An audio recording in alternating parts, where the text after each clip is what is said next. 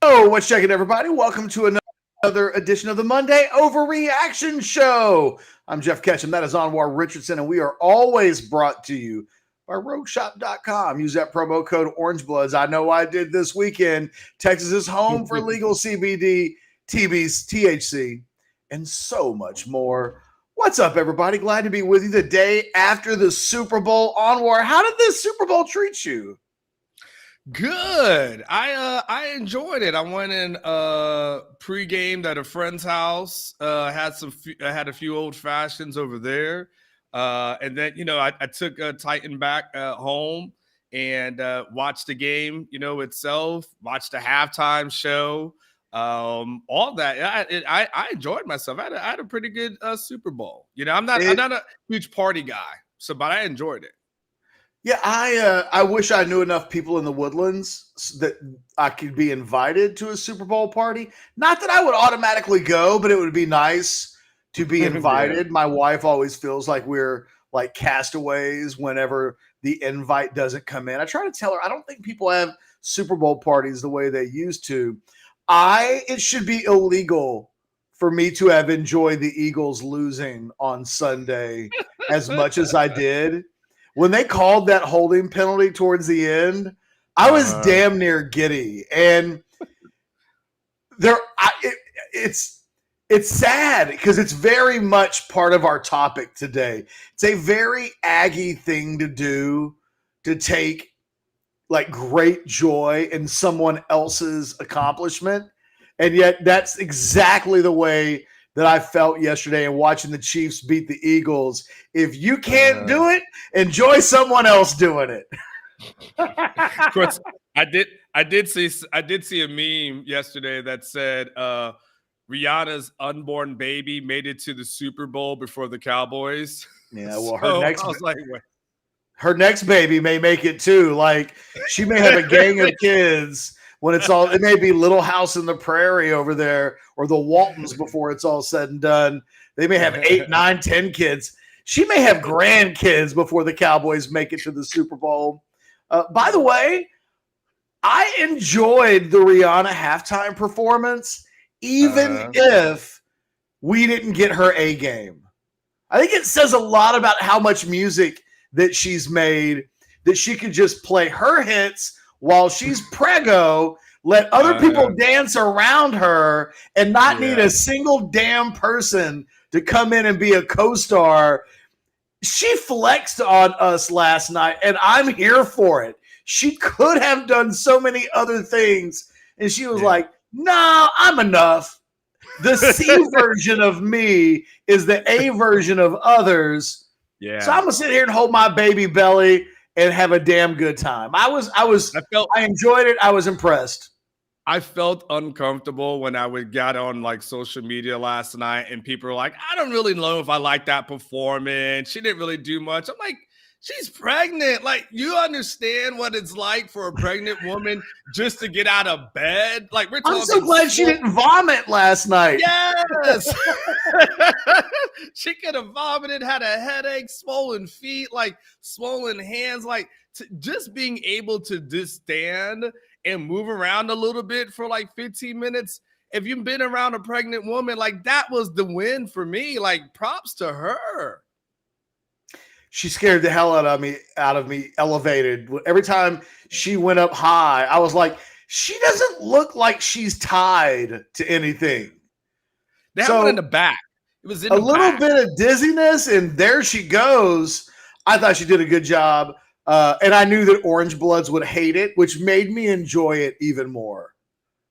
I didn't even click on any of the Rihanna threads until this morning. Then I just went all in. Absolutely enjoyed them. It was everything I thought it would be, including someone asking Anwar whether a woman who has sold 250 million records, if anybody likes her music.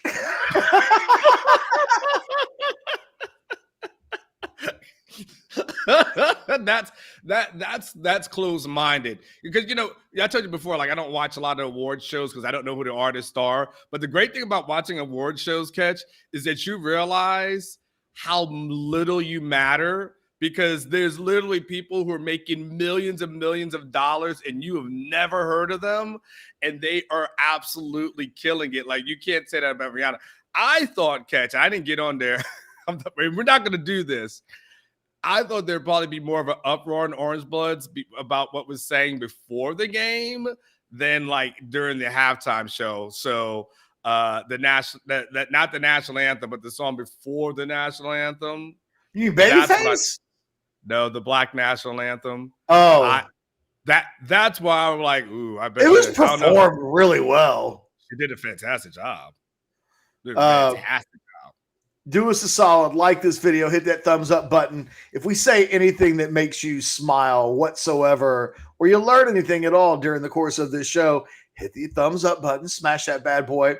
Subscribe to the channel. We are creeping up on 15,000 subscribers. You can't get to 16 or 20 or 30 or a billion until you hit 15,000 first. We are getting closer to that number, and get notifications. Tell your friends, do all that stuff. Anwar, I had one major thesis over the weekend and my 10 thoughts from the weekend following the news on Thursday that the Longhorns and Sooners are officially going to the SEC a year early, 2024. And there's still a lot about that conversation that we can get into today, and I'm sure we will.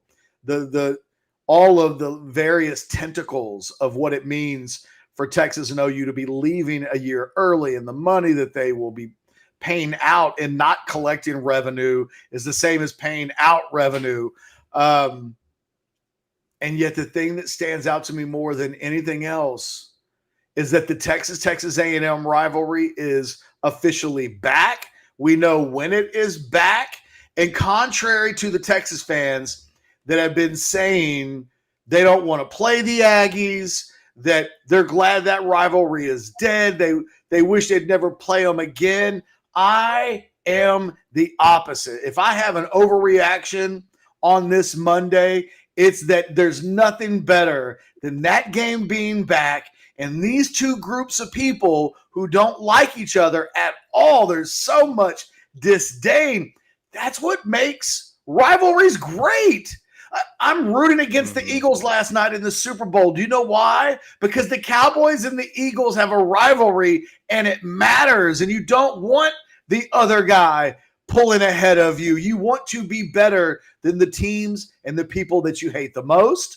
And it's what allowed me to enjoy last night so much. And that these two teams haven't played in a decade, and that the people involved dislike each other so much. It's what makes Alabama and Auburn so great.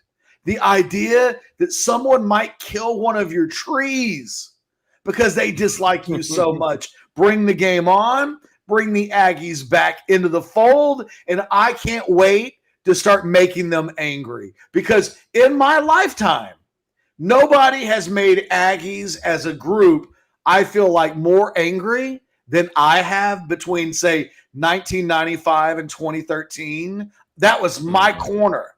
That was my space.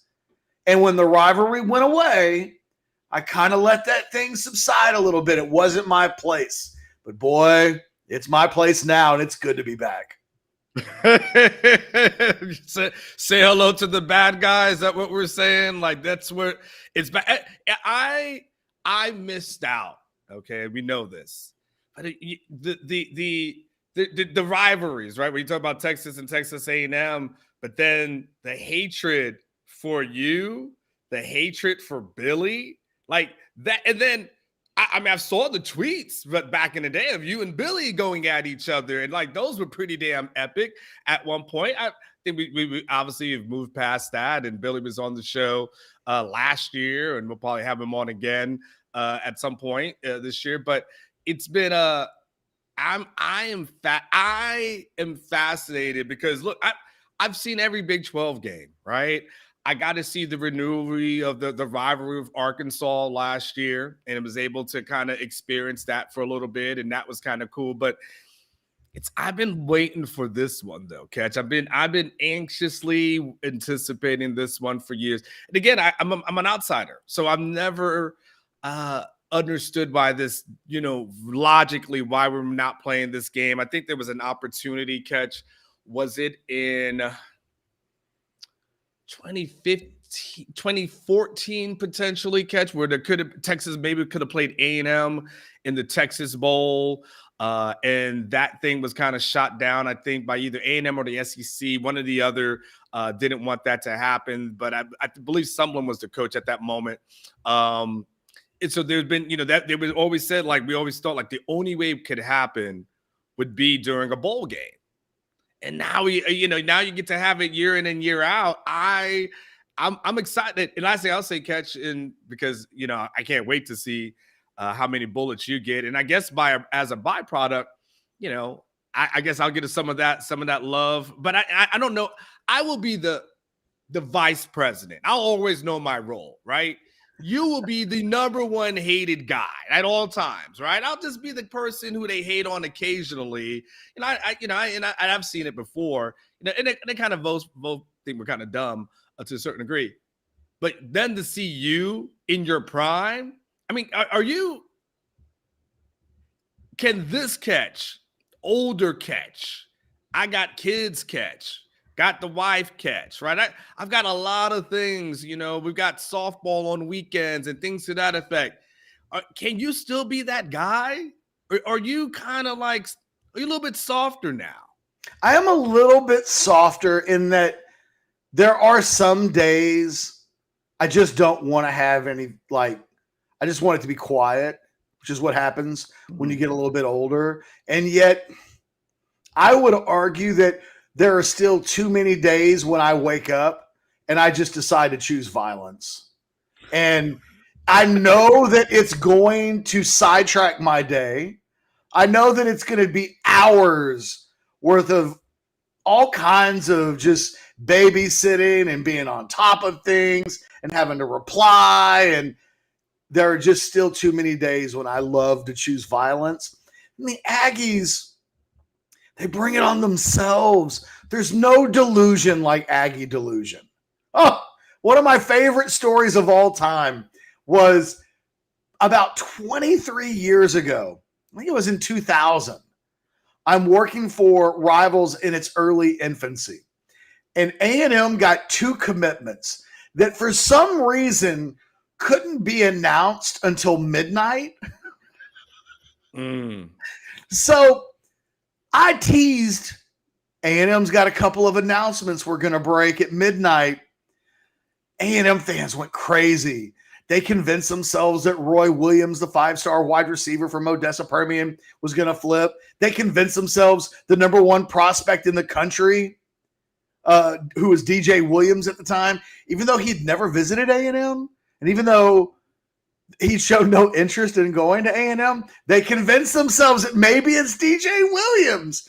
And in the end, it was a kicker and a punter that committed to A&M at midnight. One of the players' name, I can't remember if he was a kicker or a punter. His name was Chris Sims, just like the Texas quarterback Chris Sims. Uh-huh.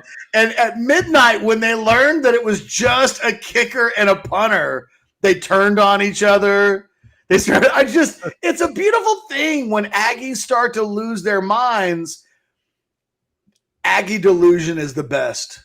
And that I think Texas is catching A&M at a time when A&M has a lot of talent on its roster, and there's a lot of infighting with regards to the coach, whether or not Jimbo Fisher is the right guy, whether or not Jimbo Fisher is taking them backwards now. With Texas arriving on the scene right at the moment when this is really in the spotlight, it makes the stakes for the first game, which will almost certainly be in College Station in 2024. It's hard for me to believe that the SEC would have the Aggies coming to Austin in that first game. It makes them losing enjoyable. I have not been able to enjoy A&M losing in a long time. It hasn't felt right. They haven't felt like my cross to bear. But in a world where Texas and Texas A&M are in the same conference together, you've never seen me out here wilding on these streets like I would have been wilding after that Appalachian State game. Oh, Like, if they just waited like a year for that to happen, I'm telling you, I'm glad to have it back. I've missed these crazy loons. I've missed the delusion. There's nothing else in the Big 12 that you could compare to A&M by any means at all. There's nobody quite like them.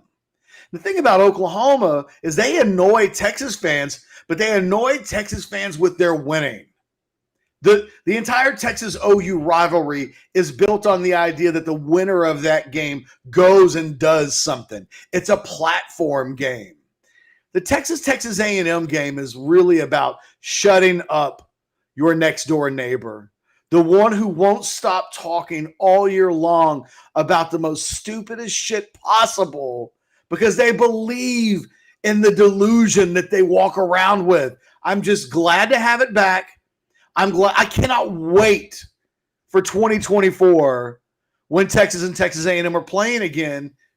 I can't wait to welcome you to the kind of hate that exists inside of this rivalry. And I think taking a decade away from it is going to make it better once the SEC play starts in 2024.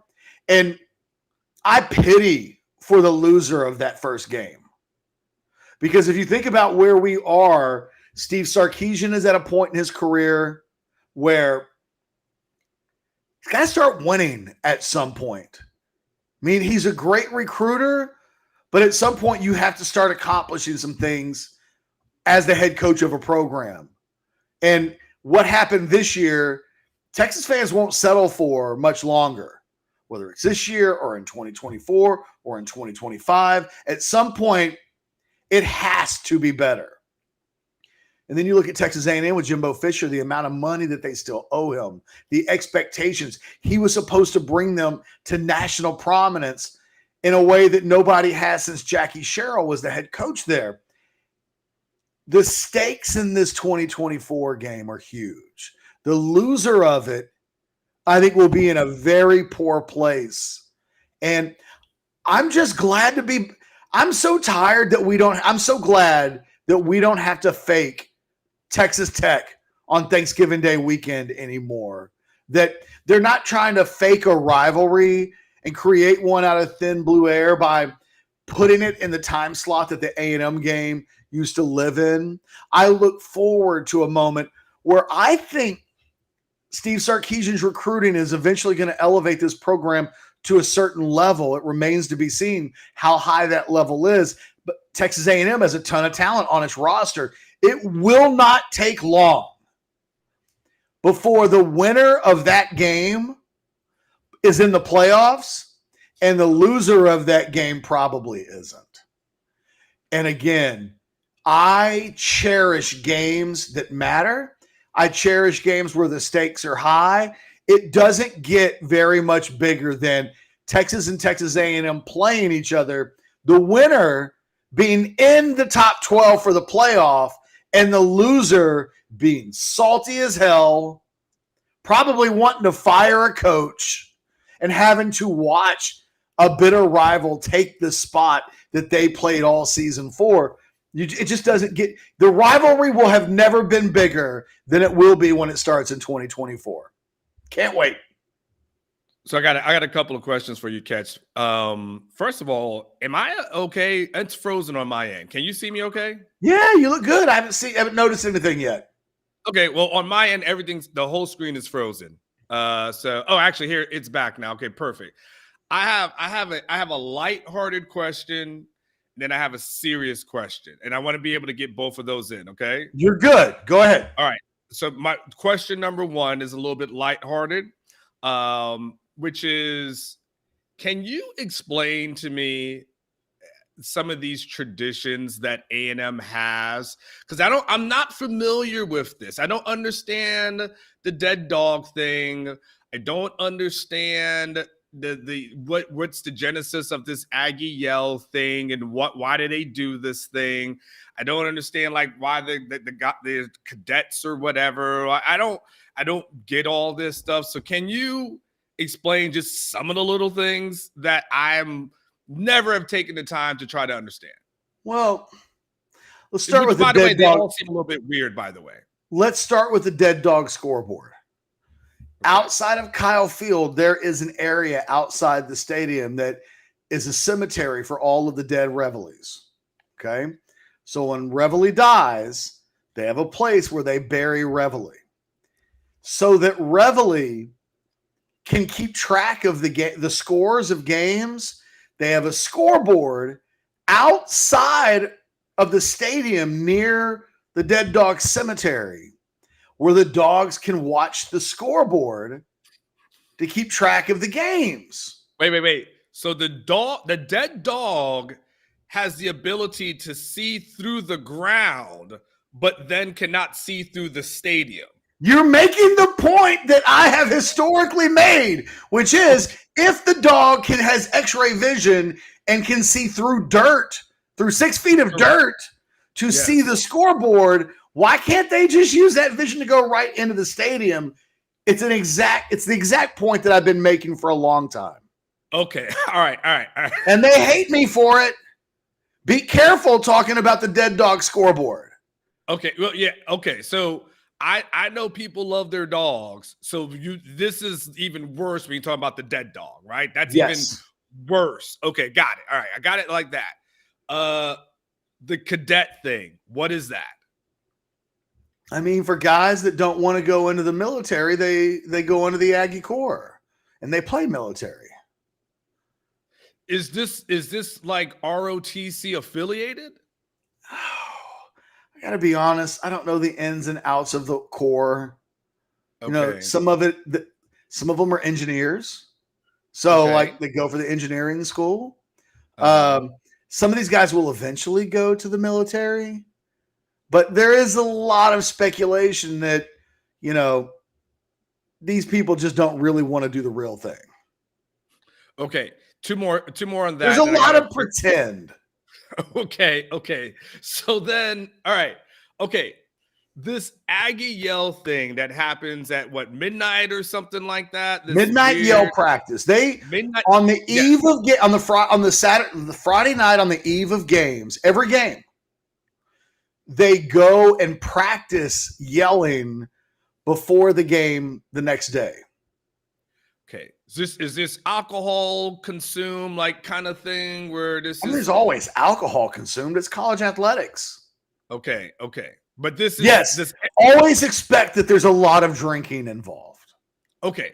But the guys who are doing this, they're serious about what they do, right? These jokes that they write these jokes all week long or something like that. And it's supposed to be jokes. Aggies taking themselves too seriously is part of either their charm or their lack of charm, depending on your viewpoint.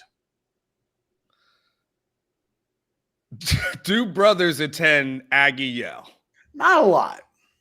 Okay. All right. So just some Carltons, and that's probably about it. I mean, it's not my place to say there's some Carltons.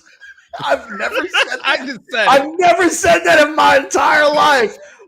But generally speaking, when they show videos of Aggie yell practice on Friday nights in the stands, it's typically not a lot of brothers on the scene. Okay. I'm not saying there are none, and I'm not saying those that are there are Carltons, but it's really not ever been, from what I can tell, their thing. Okay. I got one more question, and then I got a real serious question for you. Okay. The last one, I think this is self-explanatory. Okay. 12th man is simply just them getting loud. Is that all that means? Or does it 12th man is the crowd? The crowd. Okay. I just don't want to take anything for granted here. Although they have historically, back in the day, every year there would be like a walk-on who would play on special teams and would get like the 12th man jersey. It was like a real honor. Okay. Gotcha. But in general, they're talking about all of the A&M fans are the 12th man. Okay. That was self-explanatory. I just wanted to make sure that it means have a deeper meaning. Okay. No. I have a serious football question for you now. Okay. Go for it. Who, between Sarkeesian and Jimbo Fisher, who would you say right now has the program in a better situation? Jimbo Fisher. Okay. Mainly because when you look at raw talent, the top 3 programs in the country, not including A&M for just a moment, in terms of the most super blue chips on their roster, Georgia, Alabama, they're leaps and bounds ahead of almost everybody. 3rd place is Ohio State. A&M has replaced Ohio State as the number 3 program in the country with the most super blue chips. That they're not winning a lot of games right now with, on paper, the 3rd most talented roster in college football speaks to how terrible last season was. Because they're close to Georgia over the course of the last 4 years when it comes to accumulating star level talent. They haven't had the right quarterback, which really speaks to the importance of that position in college football. But the roster's got NFL talent up and down. They've got twice as many super blue chips on their roster right now than Texas does. So if you want to talk about playing at a level at Georgia and Alabama, accumulating the most talent so that you can match roster for roster is the ideal way to get there. And A&M is ahead of Texas right now in that department. And yet they haven't really taken that step yet. And it is, I think, one of the real fascinating things about this game when it gets played in 2024, because you can point to Texas in 2024 and say, that's a full Sark team.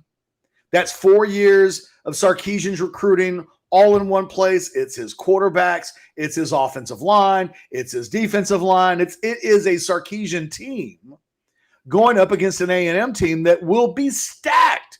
They've lost a bunch of super blue chips, and they're still stacked.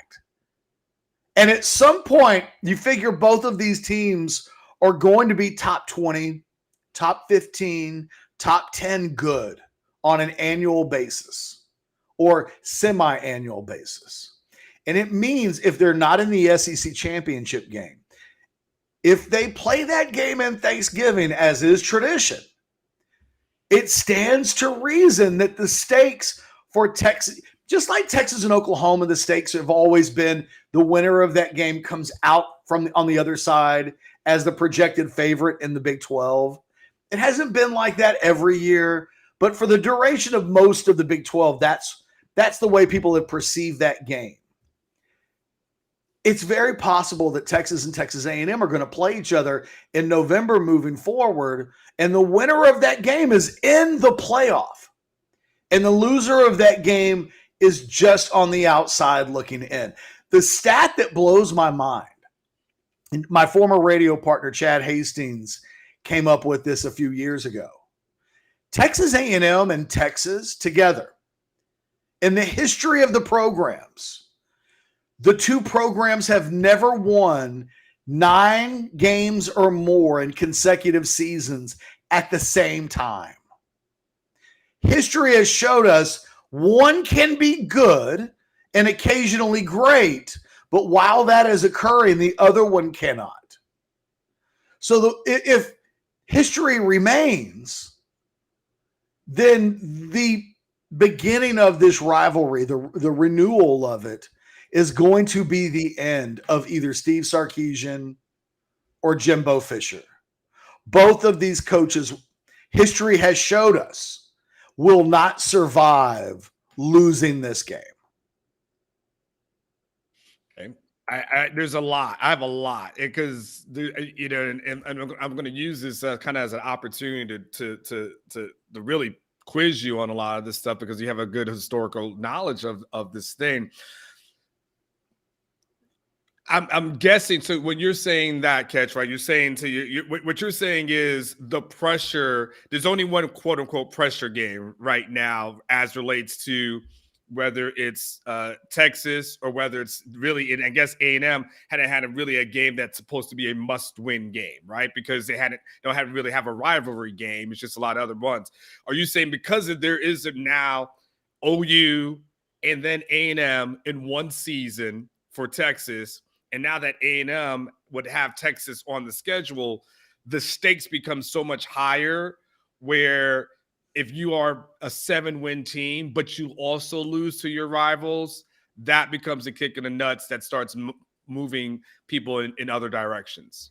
I just think that on paper, this looks like a game in the future where ranked teams are going to be playing each other.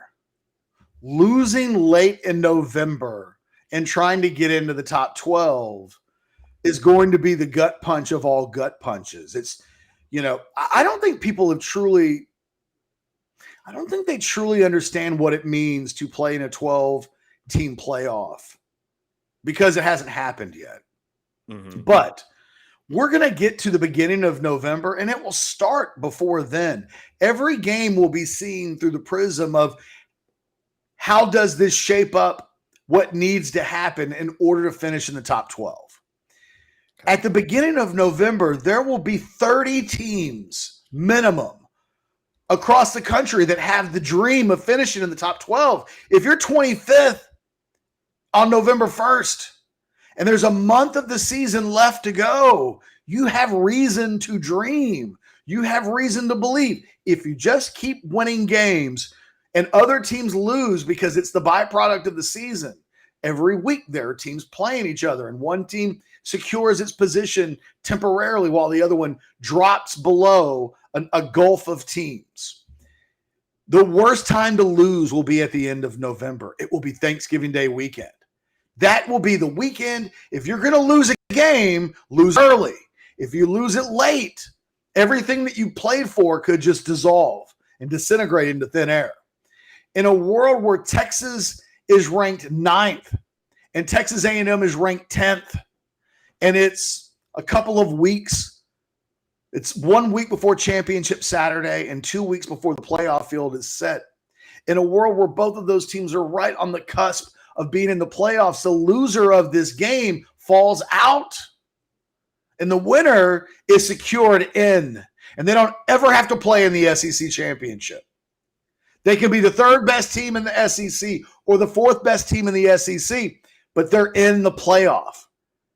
In order to be, you'd almost have to be top 5 or strongly in the top 10 to lose this game moving forward, and to no doubt about it, stay inside the top 12. So the stakes for this game have never been higher, because it's in the grand history of these two teams, rarely did the winner of this game go to the Big 12 championship game and the loser not make it. That's just not how this rivalry played out. And full transparency, the only time the Aggies have really held an upper hand against the Longhorns in this rivalry, they were cheating their ass off. Now, you and I, it's a brand new era of college football, right? Where you and I don't care if everybody's getting paid. Go on, young man, get paid. But 35 years ago, that wasn't the case. It was seen as real dirty pool.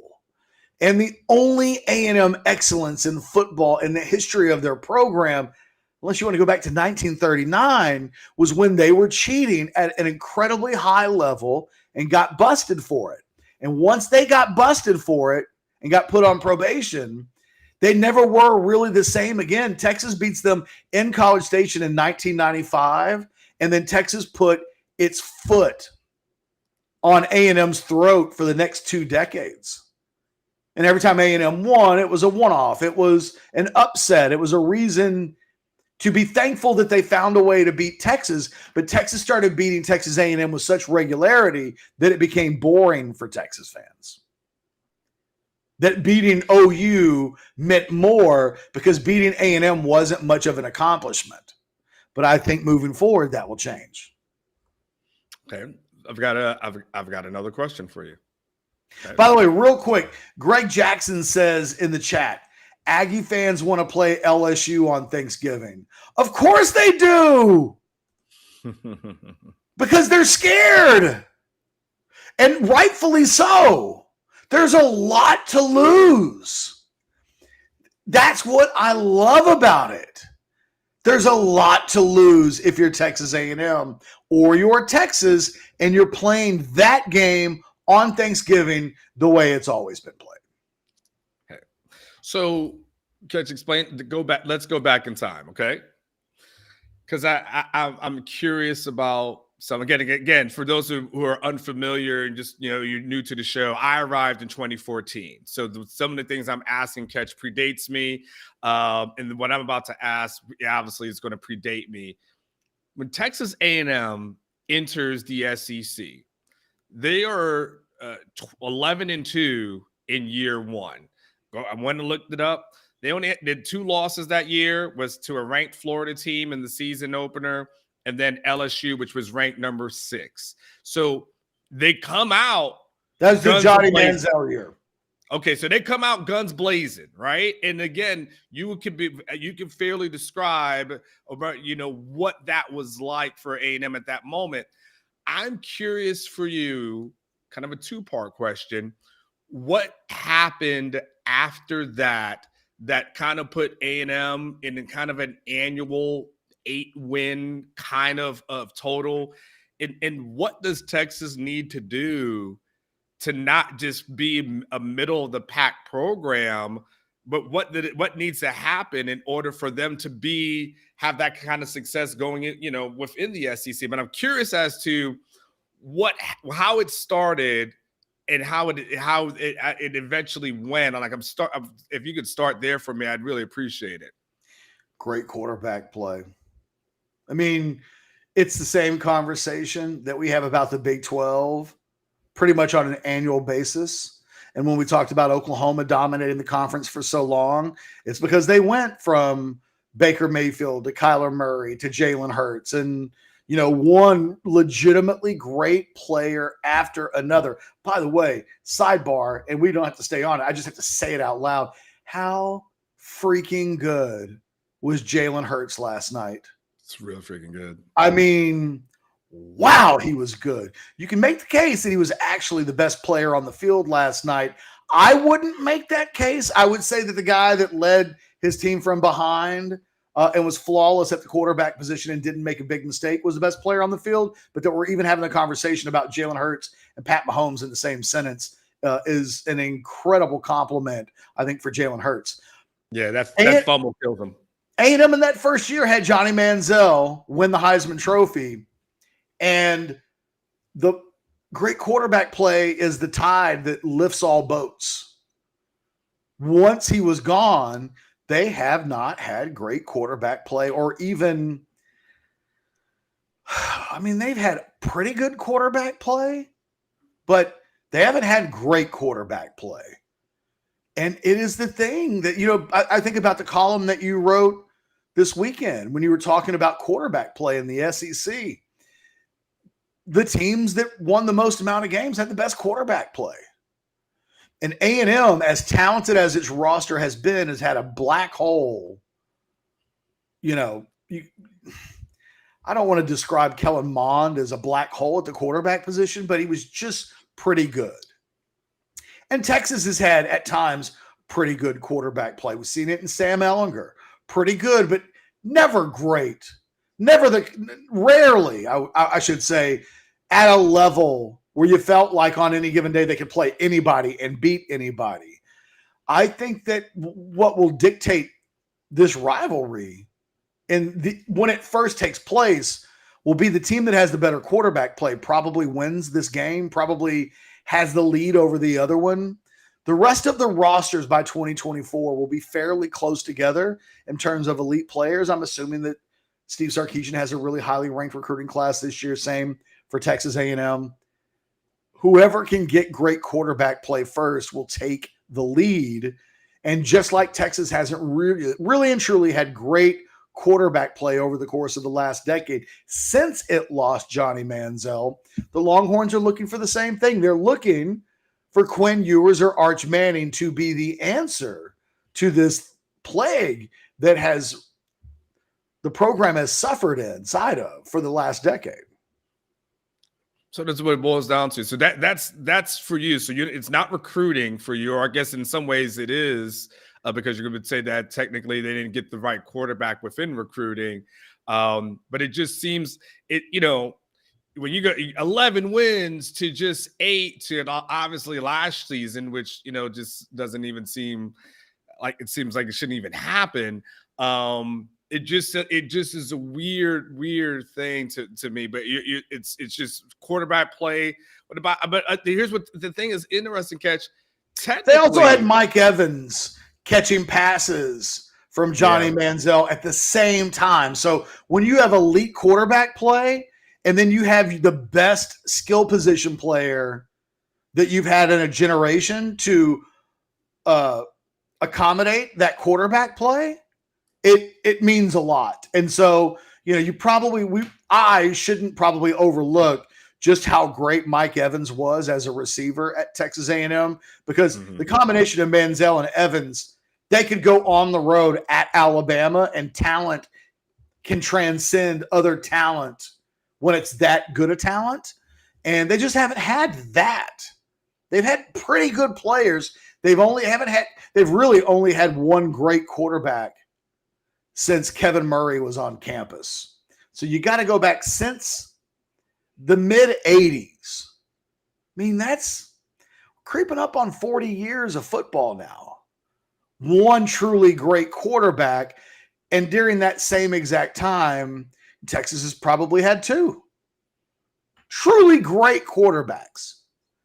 And they don't grow on trees, man. Like and it's the thing that keeps holding them back. I said this before. If Texas A&M had Jalen Daniels on last year's A&M team, or if Jalen Daniels had entered the portal from Kansas this year and he goes to Texas A&M, they're a double-digit win team in my mind easily.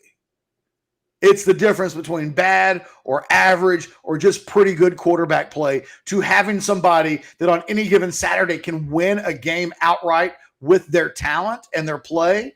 So that's what A&M is missing.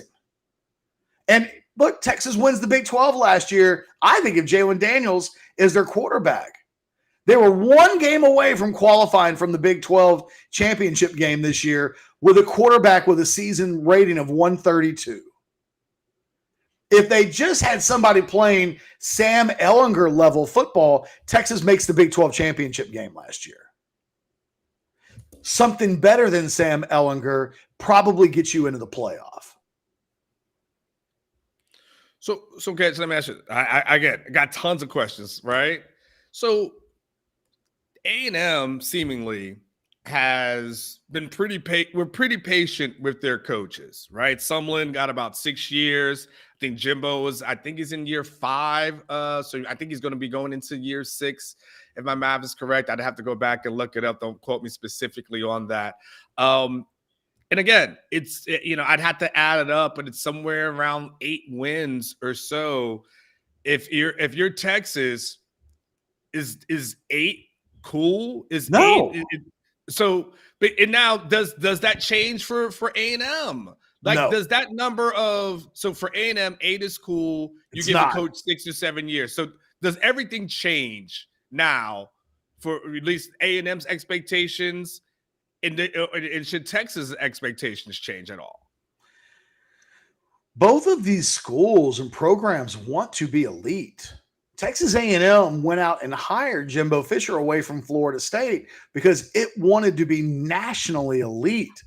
The aspirations for both of these programs are to reach the top. Now, the life preserver that gets thrown out to both of them is that they don't have to beat Georgia and Alabama to accomplish really the minimum goal moving forward.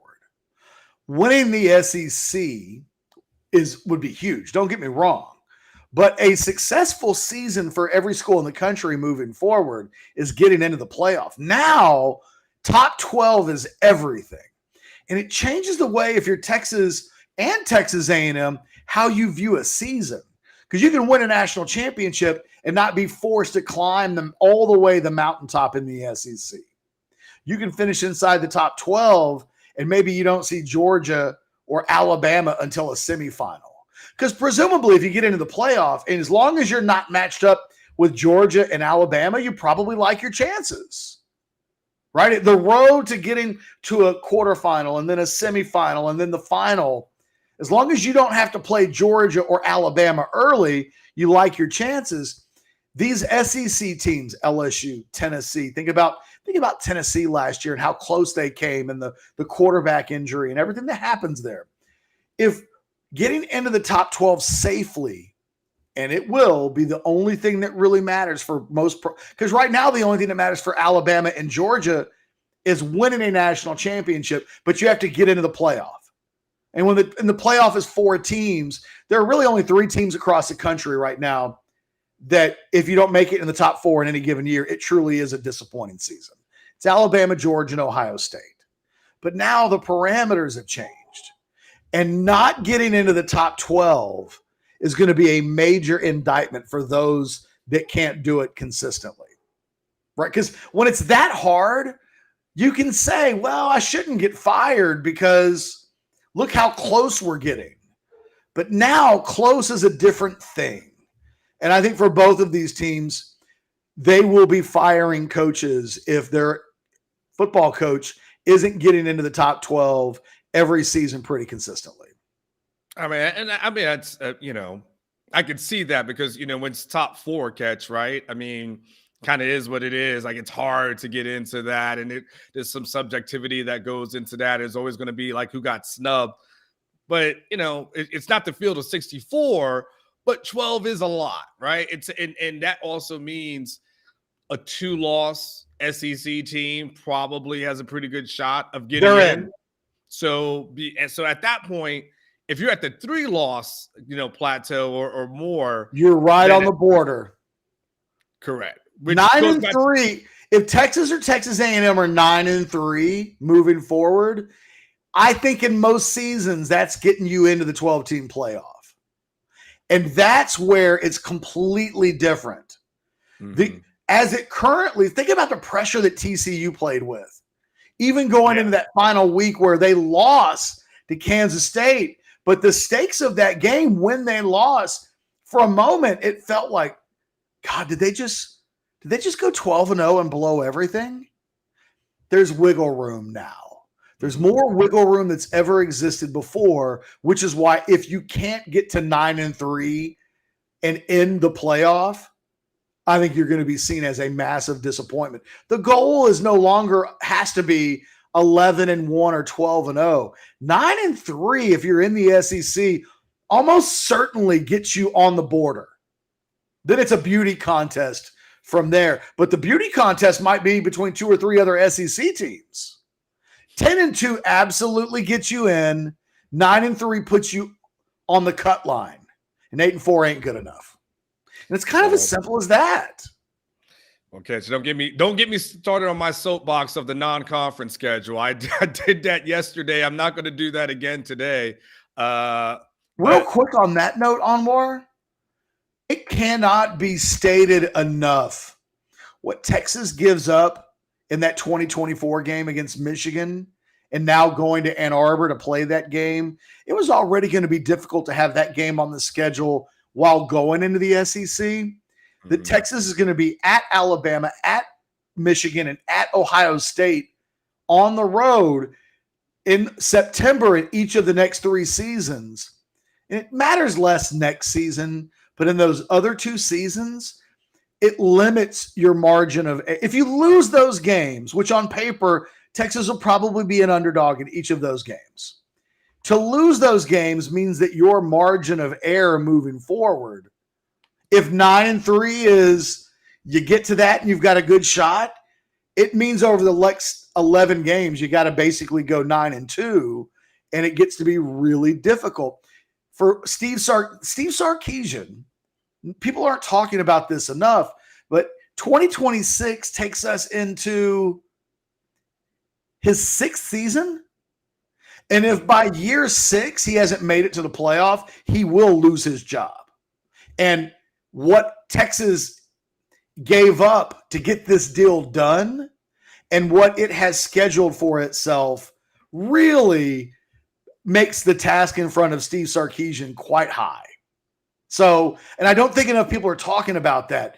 It's mind-blowing to think that in the next 3 years, they're in Tuscaloosa, Ann Arbor, and Columbus, Ohio. There will be no other school in the country that puts that in front of its head coach going into seasons. It's a stiff challenge for Sarkeesian in this program. And to get above that, they've got to get to levels that Steve Sarkeesian teams have never really come close to playing at. Well, yeah, because we're talking about there's no let up catch until 2027, if I'm correct with that. 2027. It's pretty open right now in terms of the scheduling. Yeah, but hold on, I'm just going through my column real quick to make Although that should be Michigan at home, if I'm not mistaken. So you're probably talking 2028. Yeah, 2027. So here's how it goes. So 2024, Michigan on the road. 2025, they travel to Ohio State. 2026, they host Ohio State. 2027, they host Michigan. And so realistically, not until 2028 could you schedule something that gives you a breath of fresh air that allows you to put a Tarleton State on the damn schedule where you're going to get three damn wins. And the only reason I'll keep bringing this up is that the last time Texas began a season 3-0 was in 2012. So I mean, like that.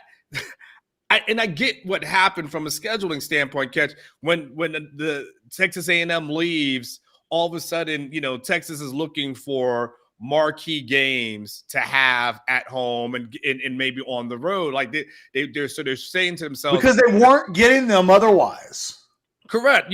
You couldn't replace Texas State. They tried to do what Texas TCU on Thanksgiving Day. No one showed up.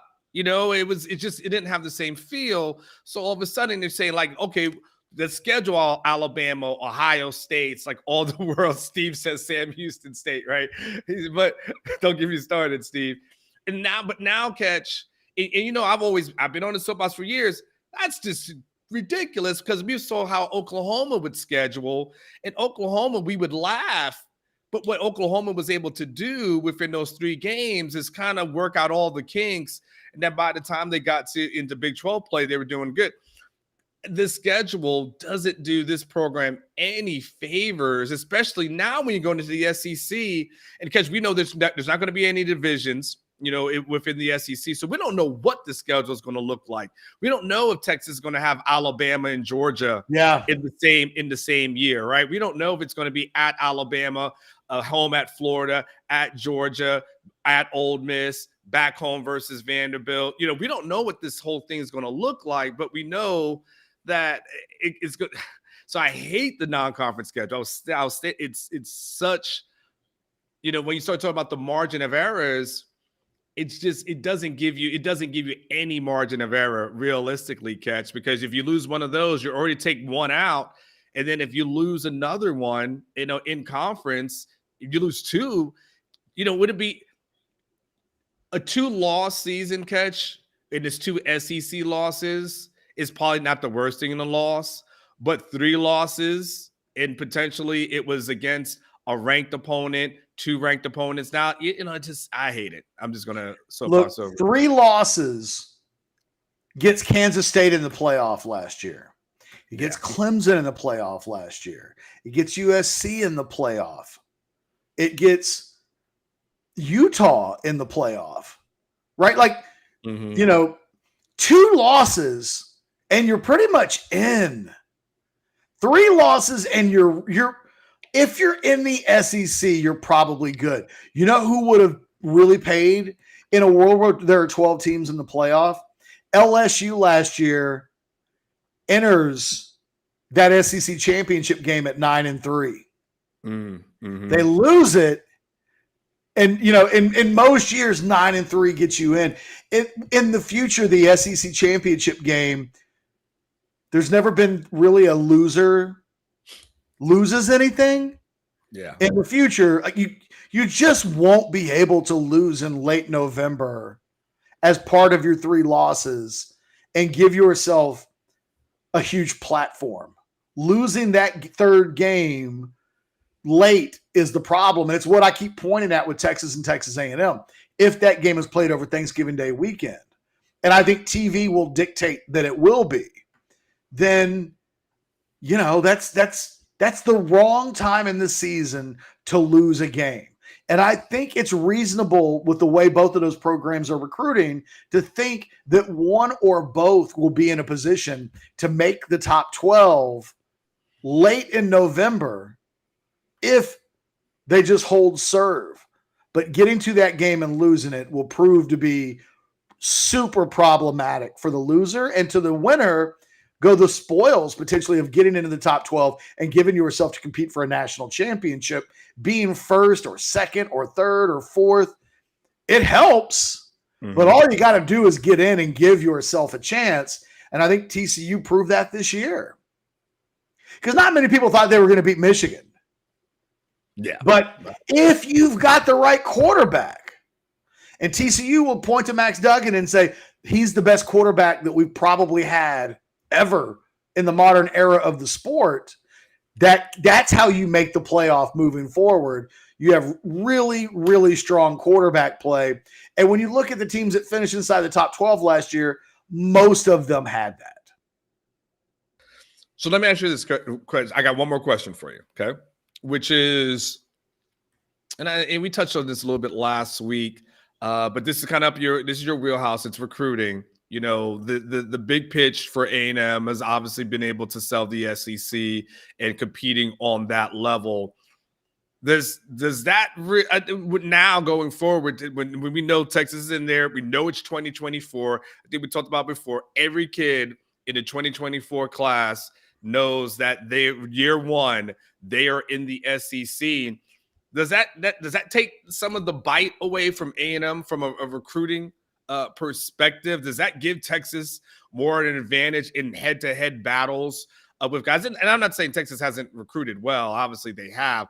But I'm just saying going forward, is it pretty much Texas and then is not option number one, and then A&M becomes option number two? A&M has had two great recruiting pitches in the last, let's say, 5 or 6 years. Okay. Number one, if you want to stay in state and play in the SEC, there's only one school that you can go to. So if you want to prepare yourself for the NFL, if you want to play against the best of the best, if you want NFL scouts to be excited about where you come from, this is where you go. Their other thing is our cash spends. I think moving forward, A&M loses the first one. I mean, now they can go to Texas if they want to play in the SEC and play the biggest big boy brand of football there is. They have two options now. And quite frankly, Oklahoma makes it a third, because for a lot of the kids in the Dallas-Fort Worth area, Oklahoma is as close to them as either College Station or Texas. So Oklahoma's almost like a third Texas school because of the way their roster is composed. So they lose that, but A&M is still going to give kids money, allegedly. Right? I mean, those questions to Jimbo Fisher last year, they weren't coming from Texas people. They were coming from coaches inside the SEC. It's Nick Saban making the comments that he made. It's Lane Kiffin constantly referencing it on social media. So, I think that cash still spends. And I think, look, and I don't say that like as a troll towards Aggies, because you and I are both of the opinion that these kids are getting paid now. Like, we're really splitting hairs if we're talking about guys getting paid 2 months before the other school can pay them. And Texas wants them on campus.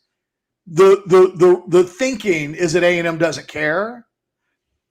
I don't know that I care. I mean, we live in a world now where these guys are getting money. It's all out in the open, and it's just not a big deal for me as it is for some people. So, like, don't get upset at me, Aggies, for pointing this part out. I'm not using it as a shank. It's not me trying to undercut you.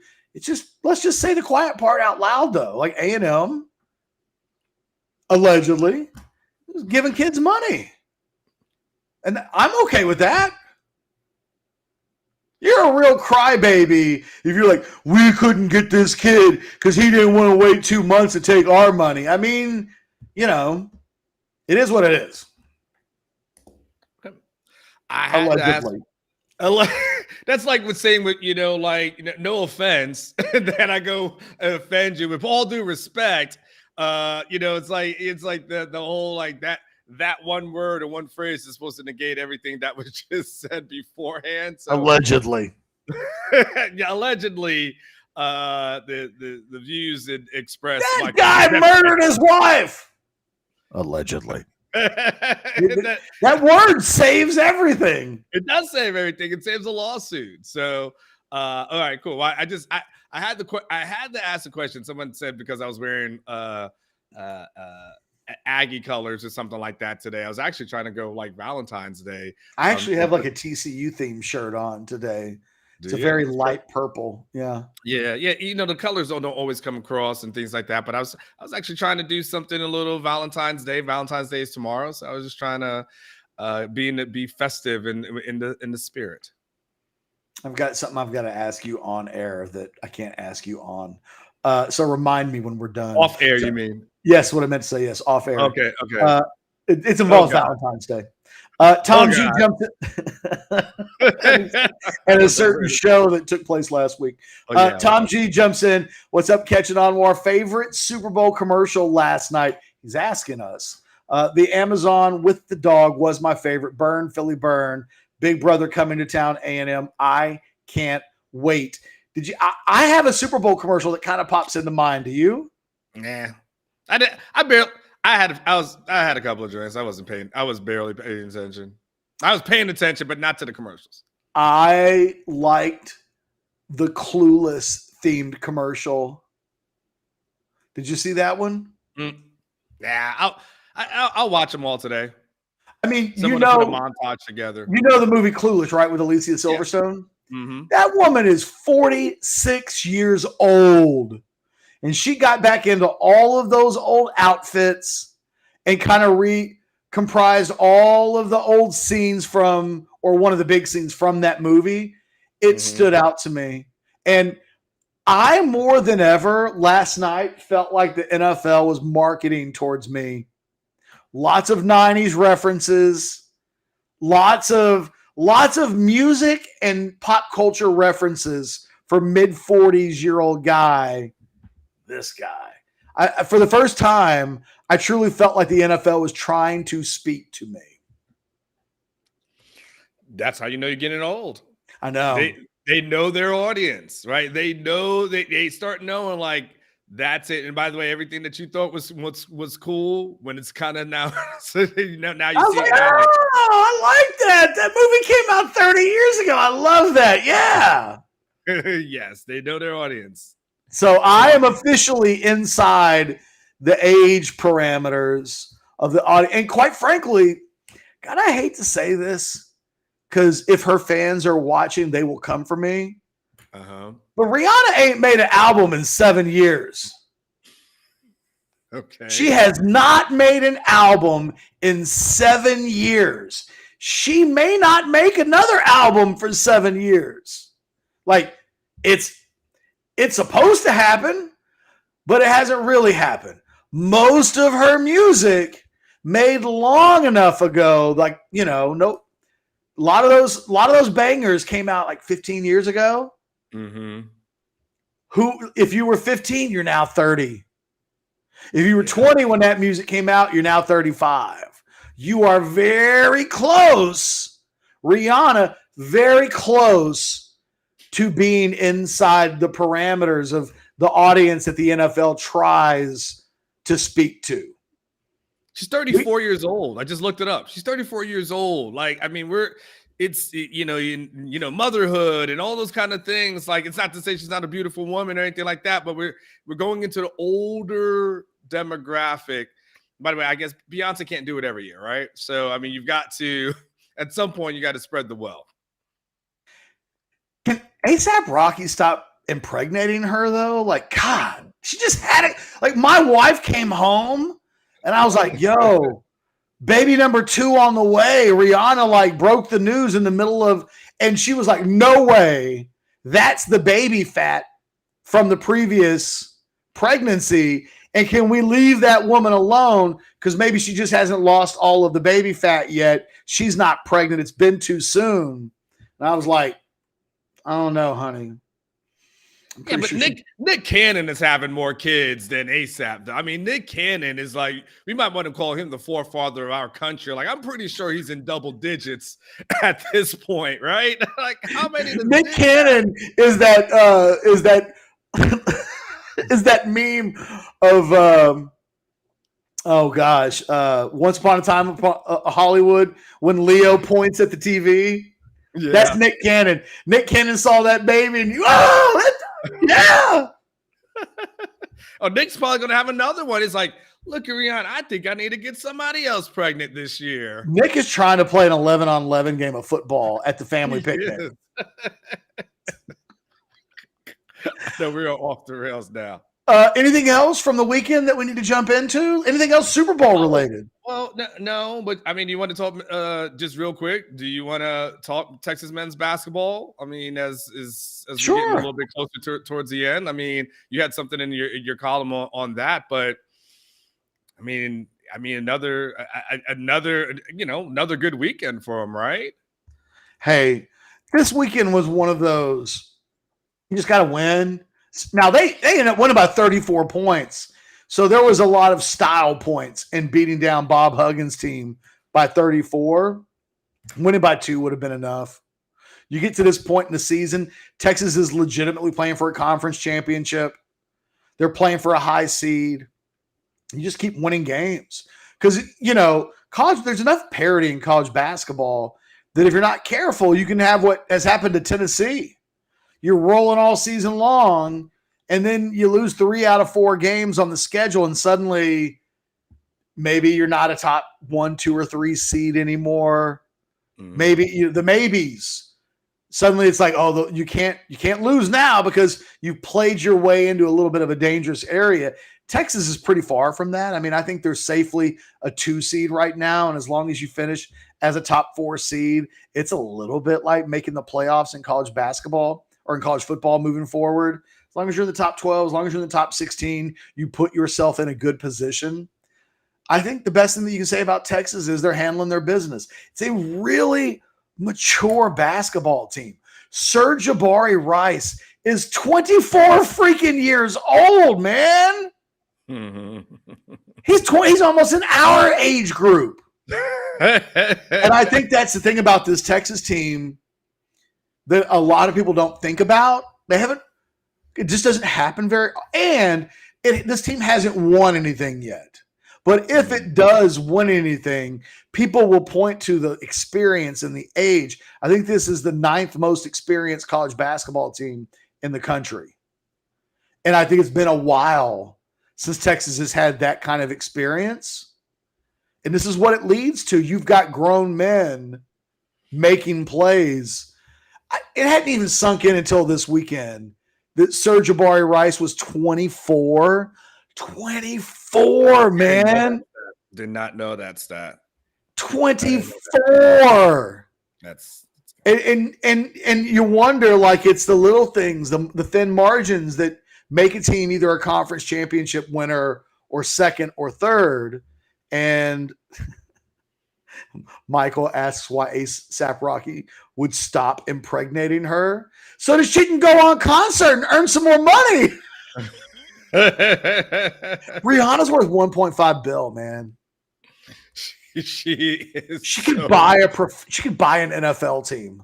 She did that for fun. Okay, like she literally was like, "Oh, that'll be fun. I guess I'll kill some time and not promoting an album." No. She ain't making no new music. She didn't get paid. She did that because why not?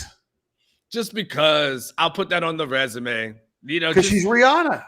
She is. She's Riri. Like, she's got the freaking, she is rich beyond means. I thought she might sing Umbrella and like Jay-Z might come out. Nope. No. She had one damn person. I thought that was the most baller thing ever. I wonder if she ends the Super Bowl shows where famous people bring out their friends to help them. Because moving forward, you're going to kind of look like a chump next year if it's your show and you got to bring out 3 or 4 of your friends to hype it up. When Rihanna was preggo and was like, I got this. I don't need nobody. It's the most baller thing that someone's done at a Super Bowl halftime show since Prince sang Purple Rain in the rain. I'm not saying it's the best show. I'm saying it's the most baller thing that someone could do to be pregnant and to buck the recent history of I'll have some of my best friends come out and we'll put some melodies together and the world will go crazy because Missy Elliott is on stage or Jay-Z is on stage or Chris Martin is on stage. She was like, all those people are going to take this shine away from me. This is about me. Me and my baby. And I wanted, and that's all I care. That was Mama Bear saying, no. Jay-Z can stay up there in the stands. This is me, preggo. I'm going to show my baby bump. And it is all about this. So that's what Anwar and Catch are talking about on a Monday morning overreaction show about her and being pregnant. Like she accomplished, mission accomplished. I thought it was funny last night that literally during the set, Black people were afraid to say that she was pregnant on social media. They were like, Jamel Hill was like, I don't want people coming after me, and I'm not gonna say it, but ... Like everybody was thinking the same thing. Rihanna has such a legion and army of fans that nobody wanted to test their fate by actually saying because it's like Beehive fans. Yes. Like they will come for you. I thought it. Like I clowned Fletcher Cox for wearing his auntie's outfit before the game, but I sure wasn't going to question anything about Rihanna. You were like, that's good. I tested fate. I went a little PG-13 on one of my tweets by suggesting that a certain fetish porn would spike in traffic after this particular performance. Jesus, my goodness. Oh my goodness. All right. So next year, Pornhub's going to come out with like its rankings of the different categories and stuff like that. And when that particular channel is like ranked in the top 3 out of nowhere, you got to give all the credit to Riri as far as I'm concerned. You saying there's going to be guys outside of Lamaze classes trying to go pick up lines and stuff. Hey, anyway. I'm just saying, like, that's how things catch on like wildfire. Someone like Rihanna makes it super popular. So real quick, Catch. Back on topic. Back on some sort of topic. Okay. So all right. Last thing. Is there any way that you can talk yourself into Rodney Terry keeping the job after this season? No, and let me tell you why. Okay. When L-Type or Del Conte or whomever is on the stage next to the head coach when he's hired, the answer to the question of why did you hire this guy or woman? I mean, we're at a point now where even a Don Staley, I think, could be legitimately discussed as a candidate for somebody. When the person that's hired, the answer needs to be because this person is the best person available that we could get our hands on. They're the best coach, best person our money could buy. It doesn't need to be because somebody won something with somebody else's team. One thing is an emotional decision. Why'd you make this hire? What else were we going to do? He won so many games. That is not the same thing as saying he's the best person we could get. And that, if you're the University of Texas, always needs to be the answer to the riddle. Why did you hire this person? Best person we could possibly hire. Not, did you see what he did last year? Like, that's not good enough. And that's why there's nothing that will ever change the fact that he's coaching somebody else's players, doing a great job with them. I might even feel different if he had no head coaching history. But the fact that he's got like a decade of head coaching history and none of it suggests that if he's in charge of the program, it would be where it is today. I just can't ignore that. So, okay, let me give you three scenarios. Sweet 16? Nope. Elite 8? Nope. Final Four. Probably, and it would, I think, prove to be a regretful move. I think you feel like you've been backed into a corner at that point because you've only been to the Final Four once in your history. So those don't grow on trees, and so you probably feel like you'd have to. But I don't think the following 4 to 5 years that would follow this season, I don't think you would be rewarded for that. I think that the next 4 or 5 seasons after this, you're good, because this roster is going to have to be immediately remade after this season. That is what Chris Beard specialized in. Chris Beard specialized in going to the portal and bringing guys like Sir-Jabari Rice out of the portal and into his program. Rodney Terry doesn't have a resume that speaks like that. And, you know, you could make a case that if Chris Beard were still on the roster, that whatever happens this season moving forward, there would be better seasons beyond it. I don't think you can say that if Rodney Terry's your head coach. No. And again, I think he should be Big 12 Coach of the Year. I'm not taking anything away from the job that he's doing this season, but there are asterisks that come with it. That's fair. You wrote about it, and you wrote about it on Sunday, and so I'm just kind of curious. I've had people DM me, and there's a interesting Rodney Terry support base, a small group, who pounded loudly for it. But I think all your points are valid, Catch. I don't disagree with that. I always feel like Texas got to go out, hire the best.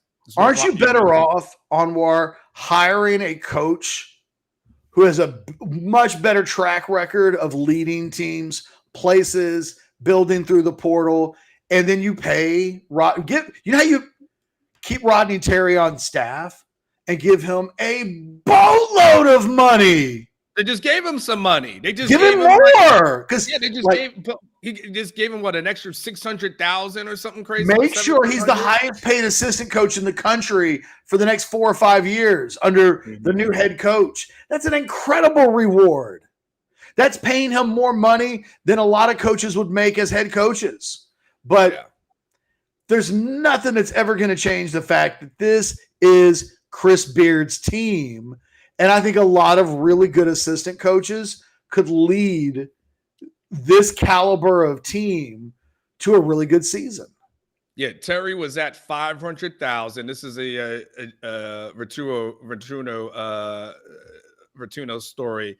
He was at 500,000, and then they just gave him a raise that he'll make. So he'll make 1.2 million this season. To your point, look, and I would feel different about this if Rodney Terry had really had any success as a head coach. He's 54 years old. He's been a head coach. His record at Fresno State was just above 500. He made the tournament once. He goes to UTEP. His career record was 43.5 win percentage. That's lower than Charlie Strong at Texas. So his career as a head coach is 500. And that is not a small sample size. That's over a decade's worth of seasons. You got to go out and hire somebody with real chops. And if you can't see that a guy who historically has never been great or even very good as a head coach, when he's at Fresno State, he doesn't have to be great by Kansas or Kentucky standards.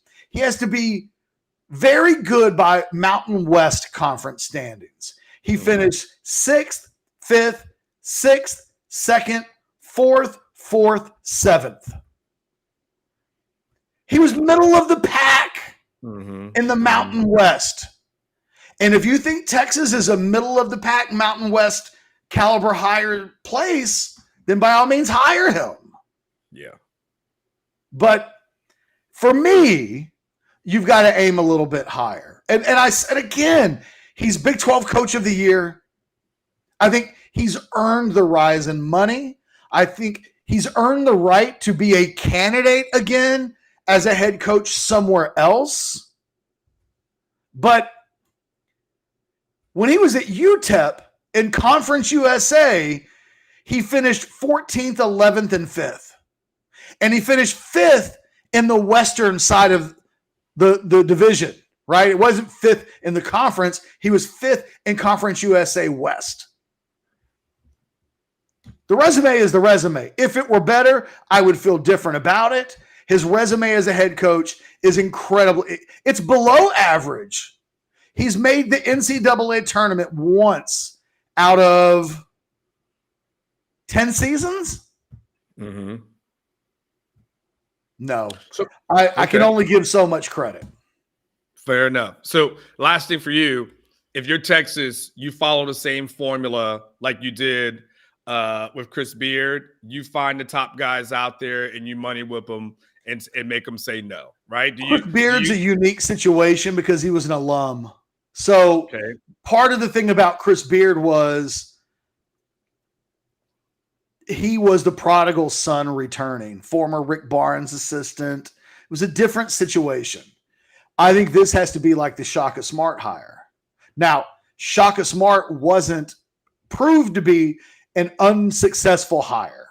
However, when he was actually hired, he was seen as about as good as you could possibly get. He was coaching Team USA along with Popovich and Coach K. If I'm not mistaken, he was coaching the under-19s Team USA. He'd been to the Final Four. He was a guy who was turning down elite jobs, and Texas was able to get him to say yes. You go out and you shoot for the stars. You don't settle. And there's no way you can look at Rodney Terry's history as a head coach and tell me that hiring him is anything other than settling. Okay, fair. Okay, I'm with you. Catch. All right, I got one last thing for you. Well, on a light note, because this happened on Thursday, Quinn Ewers, haircut, shaved beard. It's in a really light note to end it. What did you think? I thought it was a good thing. I hate to be a hater, and I feel a little bit like a hater by calling out Ewers' hair, but it felt like a guy. When you do that, there's a certain level you think you're at that you can then have the personality and have the calling card, if you will. The very first thing that has to happen for a guy in Quinn Ewers' position is that the football play on the field becomes your calling card. We mentioned Johnny Manziel earlier. Johnny Manziel eventually had a calling card that wasn't football related. But the very first thing that happened, he goes and beats Alabama on the road. He becomes a Heisman Trophy winner. His play on the field is the calling card. I wrote about this in my column, and I'll say it here. It reminded me of the scene. Have you ever seen Bull Durham? Yes. Okay. In the movie, Crash Davis is giving a crash course in how to be a professional to Nuke LaLoosh. And he says, quote, "Your shower shoes have fungus on them. You'll never make it to the bigs with fungus on your shower shoes. Think classy, you'll be classy. If you win 20 in the show, you can let the fungus grow back on your shower shoes and the press will think you're colorful. Until you win 20 in the show, however, it means you're a slob. And I always thought of that when I watched Quinn Ewers with the Captain Caveman look. Mm-hmm. It was cool that people dressed up. It was cool that people liked it. But be a good quarterback before the rest of that follows. It's a little old school way of thinking. There will be some people who will say the hair doesn't matter. And I understand where they're coming from, except it does kind of matter. It does. And as soon as Quinn Ewers gets to be really good at playing college football, let that mane grow. But you know what? When he gets drafted in the NFL, they're going to feel the exact same way about it. Try being a rookie in the NFL and not playing well, and you have a gimmick. Pros will eat that up. Like, that will be the reason why they get up for a game. Oh, this rookie thinks he's the thing. It's easier to go in quiet until you're great, then spread your wings. And I just feel like he kind of spread his wings a little bit before he was truly ready to fly. I want him to fly. So once he flies, he can do whatever the hell he wants to. I'm a little bit against and a little more cautious about guys having calling cards that are more prevalent than their calling card on the field. Well, there's a lot of people who have mullet wigs that now have mullet wigs for no reason. And then there's people who have mullet T-shirts that probably now have mullet T-shirts for no reason. I think he's got a girlfriend in Oklahoma based on social media from the weekend. You know who looked happy that he shaved and cut his hair? She did. And at the end of the day, usually our appearance is somewhat shaped and formed by what the significant other might think about it. You know, if you're dating a girl you really like and she don't like mustaches, I'm going to break this to most of the men watching this video right now. If they don't know it, you're probably not having a mustache. Let young Blake know that one. Young Blake will be the one that gets a chance to learn it. I like the clean cut look. So he's a good looking dude. It's a good look, you know. And I don't know that I knew he was good looking until he cut his hair and shaved. I saw him like baby. I saw him clean cut, and I was like, "Oh man, he looks good. He's a good looking kid, good looking young man." Yeah, well, that was the light note to end it, Catch. Hey, Ben G says Catch's wife must hate hairdos. She always jokes that the guy that she met before, like the guy she dated before me, was bald and clean shaven too. So my wife definitely has a thing for the bald head, clean shaven things. Hey. And you know who hasn't grown back hair?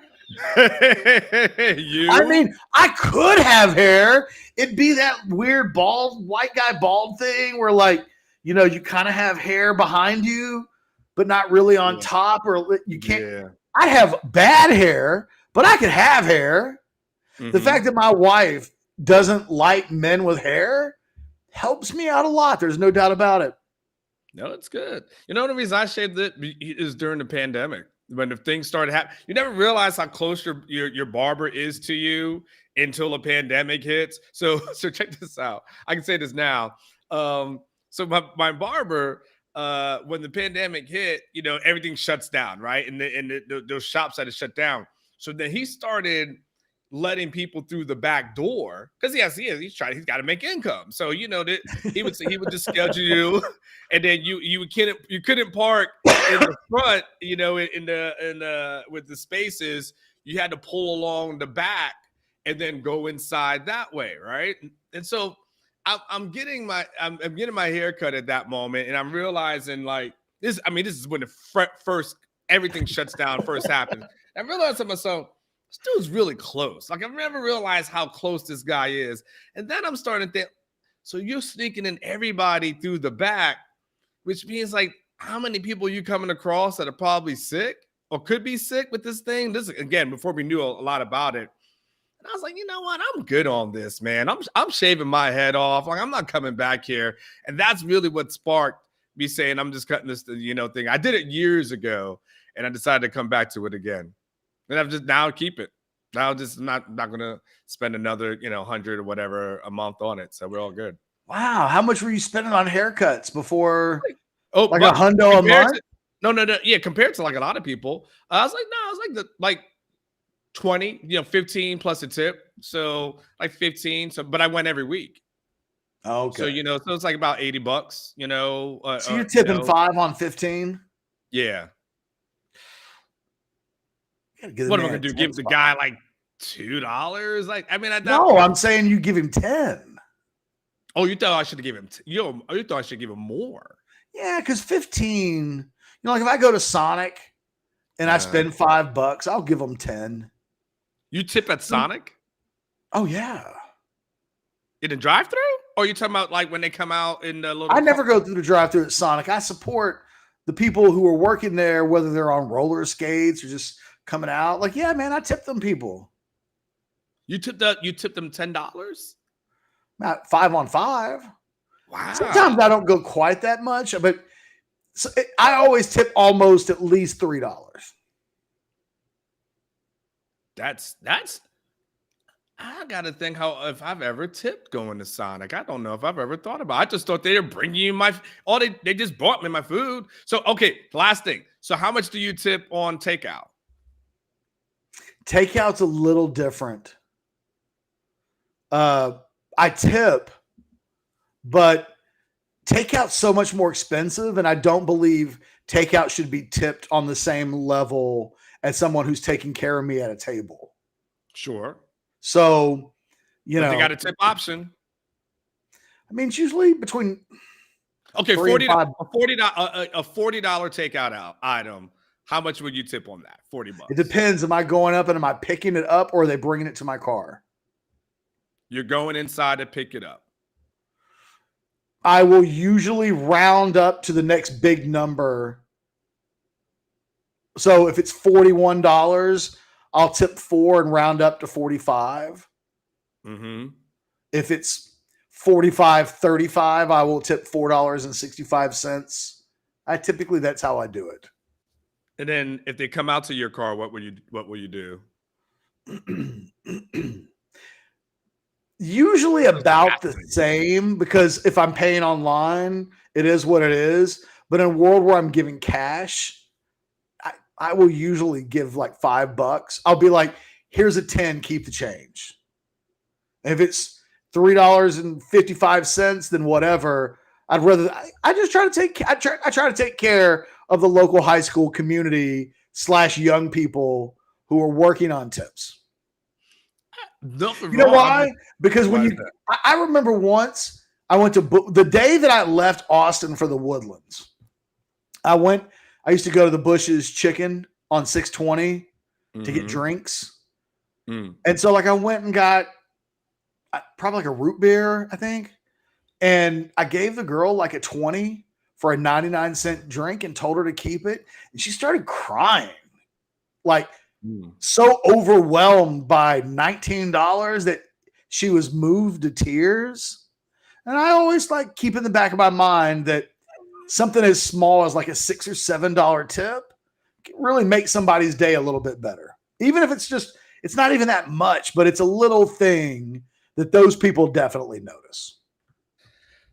All right. So wait, this is okay. We could probably do this all day long because I'd have so many tipping, because there's so many different scenarios where you can or cannot tip. There's always kind of what is or isn't expected, as far as tips to go. So you go in and get a pizza. You go to Pizza Hut and you get out the car and it's a $50 order, and that's a lot of money. $30 order. You would tip $5? I mean, again, I always typically, if I'm signing on a credit card, I will round up. So if it's $31, I will tip $4.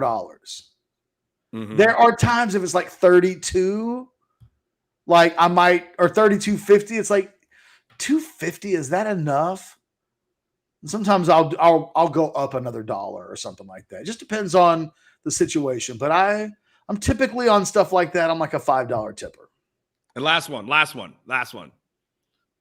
Uber Eats, DoorDash, whatever, $50 order comes to your door, and you do what? Now they drove it to you. Here's the thing about I'm